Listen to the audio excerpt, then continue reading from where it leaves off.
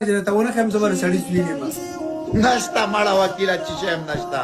گیم پلے کا پنشمنٹ وایا مړه کې نه خلارا صبر وکړه والله کوکیلی لري نشته یې مردګاوه کم دی ټیک ټاک اوس هغه حد ته ورسېدو که نه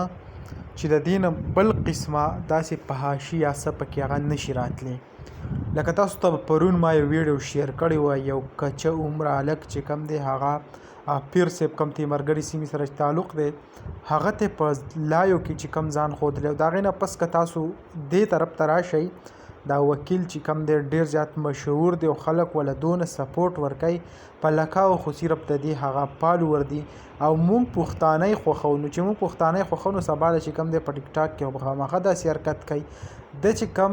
قسمه چل په ټیک ټاک کې کړی ورسره دا زیشان هم ناست دی.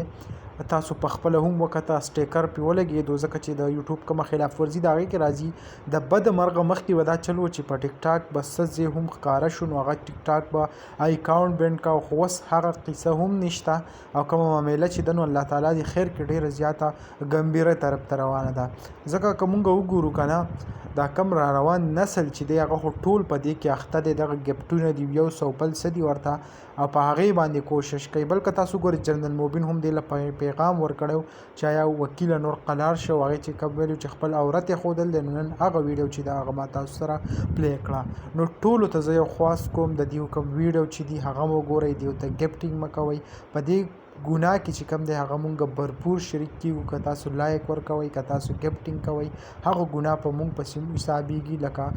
کم په دې ګناه کې ورسره مونږ شریک راځو. نو دغه لنډه شان ویډیو و دغه معلومات هغه هم تاسو سره شریک کول انشاءالله بل ویډیو کې ملایو. الله حافظ.